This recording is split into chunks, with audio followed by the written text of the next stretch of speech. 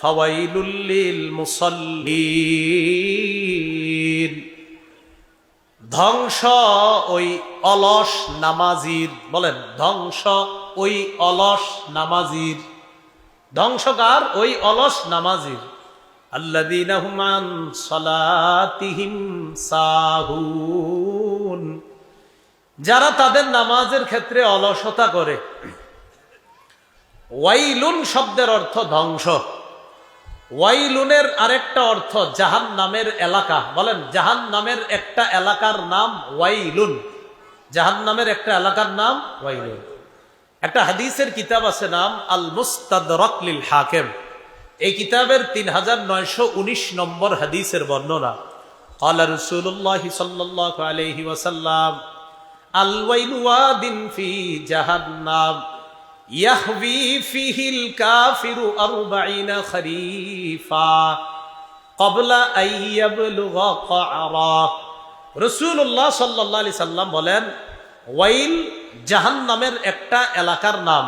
এই ওয়াইল নামক এলাকার গভীরতা এত বেশি, একজন কাফের ওয়াইল নামক এলাকায় যখন রওনা করবে 40 বছর শুধু নিচে যাইতে থাকবে, এর পরে গিয়ে হয়তো নিচের জায়গাটা পাবে। কয় বছর?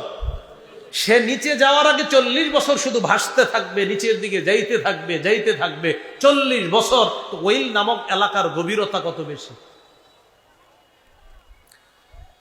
তো এটাই বলতেছে আল্লাহ, ওয়াইলুল লিল মুসাল্লিন, ধ্বংস ওই নামাজীদের জন্য যারা নামাজে অলসতা করে। নামাজে অলসতা করার দ্বারা কি উদ্দেশ্য?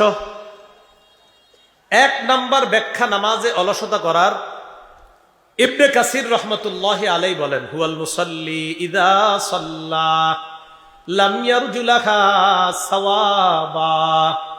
যেই মুসল্লি নামাজ পড়ে কিন্তু নামাজের যে একটা বেনিফিট আছে, সওয়াব আছে, এটার সে আশা করে না। আল্লাহু আকবার। সওয়াব আল্লাহ দিলে দেখ, না দিলে নাই, নাউজুবিল্লাহ। মানে এটার আশা করে না। হ্যাঁ, ইবনে কাসির কয় সে হলো গাফেল। লাম ইয়ারজু লাহা সাওয়াবা, সে সওয়াব কামনা করে না। ওয়া ইযা লাম ইউসাল্লি, আর যেই ব্যক্তি নামাজ পড়ে না, লাম ইয়াখশা আলাইহা ইকাবা, যে নামাজ পড়ে না, এই নামাজ না পড়লে যে শাস্তি আছে এই ভয় যার নাই, নামাজ পড়লে যে সওয়াব আছে এই আশা যার নাই, নামাজ না পড়লে যে শাস্তি আছে এই ভয় যার নাই, সে হলো নামাজে অলস ব্যক্তি। তাহলে ইবনে কাসির কি বললেন? নামাজ পড়লে সওয়াব, না পড়লে ক্ষতি আছে, এই ভয় নাই, এই আশাও নাই। ইবনে কাসির কো এটা হলো অলস। পাথুর, কিছু দিলে দেখ, না দিলে নেই, নাউজুবিল্লাহ। এই ব্যক্তিকে অলস বলছে আল্লামা ইবনে কাসির। তিনি আরেকটু বলেছেন, লা ইউআখিরুনা ইল্লা আন মাওয়াকিতিহা, নামাজ পড়লেও একদম দেরি করে পড়ে, শেষ সময়ে গিয়ে কোনো মতে যারা নামাজ পড়ে এরা হলো অলস। তাহলে এক নাম্বার অলসের ব্যাখ্যা, নামাজ পড়লে সওয়াব আছে, আশা করে না, না পড়লে ক্ষতি আছে, ভয় করে না, অলস। আরেকটা ব্যাখ্যা ইবনে কাসির বলে, ইউআখিরুনা সালাতা আন মাওয়াকিতিহা, সময় মতো নামাজ না পড়া শেষের দিকে পড়ে, অলস। আবুল আলিয়া রহমতুল্লাহি আলাইহি বলেন, ইউআখিরুনা সালাতা, আরেক বর্ণনায় তিনি বলেন, লা ইউসাল্লুনাহা লিমাওয়াকিতিহা, যারা সময় মতো নামাজ পড়ে না তারা হলো অলস। বলেন তো, যারা সময় মতো নামাজ পড়ে না তারা কি? অলস। এটা এক নাম্বার ব্যাখ্যা।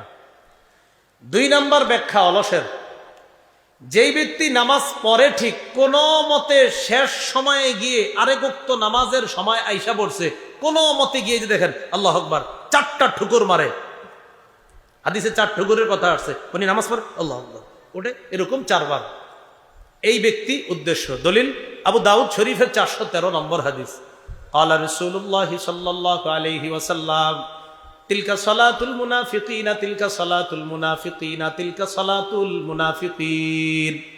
এটা মুনাফিকের নামাজ, এটা মুনাফিকের নামাজ, এটা মুনাফিকের নামাজ। ইয়াজলিসু আহাদুহুম হাত্তা ইযা সাররাতিশ শামস, তোমাদের কেউ কেউ অপেক্ষা করে আসরের নামাজের আগে, পড়মু পড়মু পড়মু, ইতিমধ্যে সূর্যটা পড়মু পড়মু, সূর্য হলুদ হয়ে গেছে। ওয়াকানাত বাইনা করনাই শাইতান, সূর্য শয়তানের দুই শিঙের উপরে চলে গেছে, দুই শিঙের মাঝে চলে গেছে। সূর্যটা ডুবে যাবে যাবে অবস্থা, নবী কয় কমা, লোকটা তখন নামাজে দাঁড়ায়, দাঁড়ানোর পর না করো আরবা, চারটা ঠুকুর দেয়। কয় ঠুকুর দেয়? চার। নবী বলেন তিলকা সালাতুল মুনাফিকিন, এটা মুনাফিকের নামাজ, এটা মুনাফিকের নামাজ, এটা মুনাফিকের নামাজ। সূর্য হলুদ হয়, কোন মতে গিয়ে চারটা ঠুকুর দেয়, এটা মুনাফিকের নামাজ। লা ইয়াজকুরুল্লাহ ফিহা ইল্লা কালিলা, সে রুকু সিজদা যে করে তাসবিহও ঠিক মতো পড়ে না, কোন মতে আর কি শেষ করে, এটাকে নবী মুনাফিকের নামাজ বলছে। আল্লাহ আমাদেরকে হেফাজত করেন। নামাজে অলসতার 3 নাম্বার ব্যাখ্যা, নামাজ পড়েই না। কি করে না?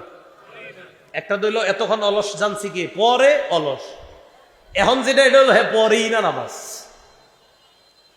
যারা নামাজ পড়েন না আপনারা মেহরবানি করে কয়েকটা হাদিস বলি, একটু টুইকা রেখেন।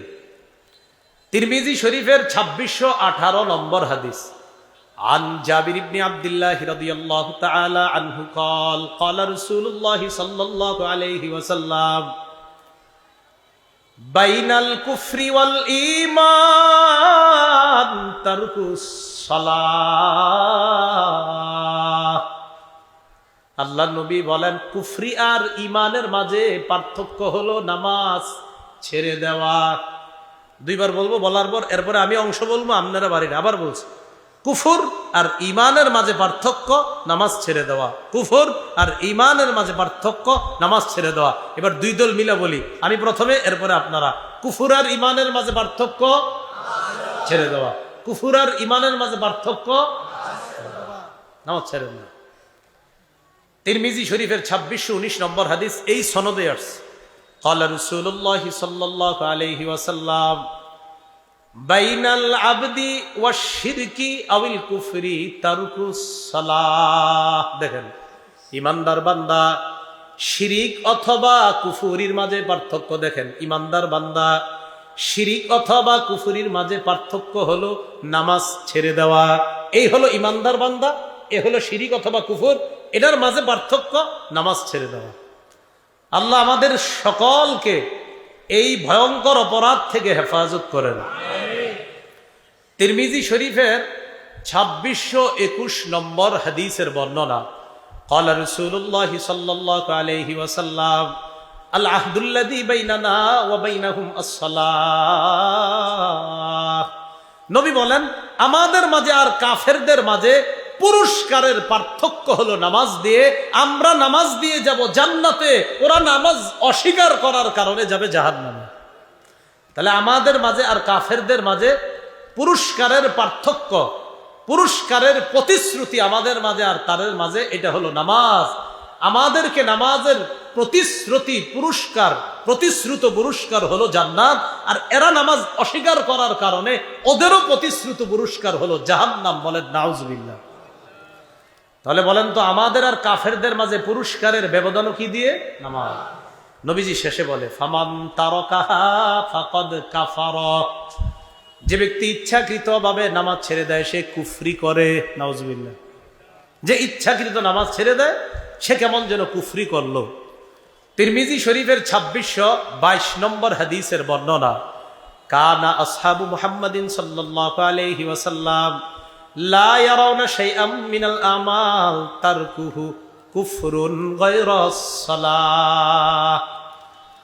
সাহাবায়ে কেরাম নামাজ ছেড়ে দেওয়া ছাড়া অন্য কোন অপরাধকে তারা কুফরি মনে করত না, নামাজ ছেড়ে দেওয়াকে তারা সবচেয়ে বড় কুফরি মনে করত মুহাম্মদ সাল্লাল্লাহু আলাইহি সাল্লামের সাহাবীরা। বলেন তো সাহাবীরা কোন অপরাধটাকে বড় কুফরি মনে করত? নামাজ ছেড়ে দেওয়া। কিন্তু অথচ আমরা এখানে যারা বসা আশাবাদী সবাই নামাজ পড়ছেন, এশার নামাজ বা আজকে 5 ওয়াক্ত নামাজ, বাকিটা আল্লাহ ভালো জানে। আল্লাহ আমগরে বুঝার তৌফিক দান করেন। তাহলে নামাজে অলসতার 3 নাম্বার ব্যাখ্যা, নামাজই পড়ে না। তাহলে বলেন তো একটু আমার সাথে, ইমান আর কুফরির মাঝে পার্থক্য? ইমানদার বান্দা কুফর আর শিরিকের মাঝে পার্থক্য? আমাদের আর কাফেরদের পুরস্কারের পার্থক্য? সাহাবায়ে কেরাম সবচেয়ে বড় কুফরি মনে করতেন কোন ইবাদতটা ছেড়ে দেওয়াকে? আল্লাহ আমাদেরকে নামাজের প্রতি যত্নবান হওয়ার তৌফিক দান করেন।